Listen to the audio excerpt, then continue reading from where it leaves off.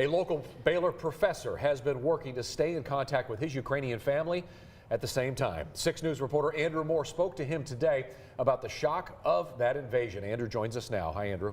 Yeah, Sergey Kodelia says his family is now safe, but many Ukrainians and even experts on Russian politics were shocked that Russia was actually going through with their attack. Here's what he had to say as his country fights for the right to exist.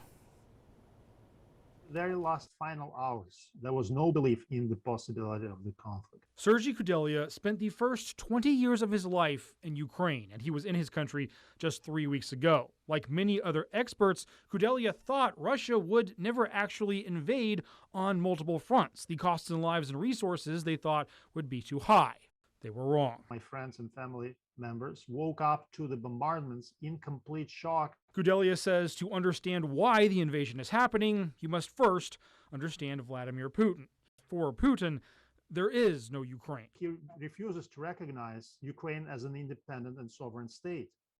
And he believes it is his legacy to destroy the Ukrainian state and revive some form of the Russian control. Kodelia says that legacy has now become more important than lives, and his countrymen are fighting a war for Ukraine's very existence. And he says the lack of support will have long-term consequences even for America, because as the West waits to act, the East is taking notes. Because China is closely watching what's happening right now with Ukraine.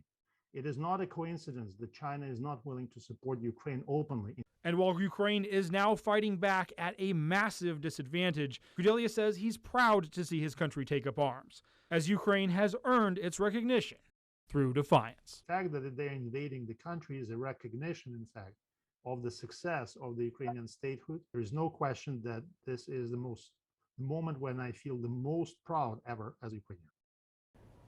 And Kodelia told me if Western countries want to help Ukraine, they need to stop buying Russian oil. That will at least put more pressure on Russia as his country fights to survive. Guys? We buy over more than 500 million gallons a day. It's an incredible number. Thank you so much, Andrew.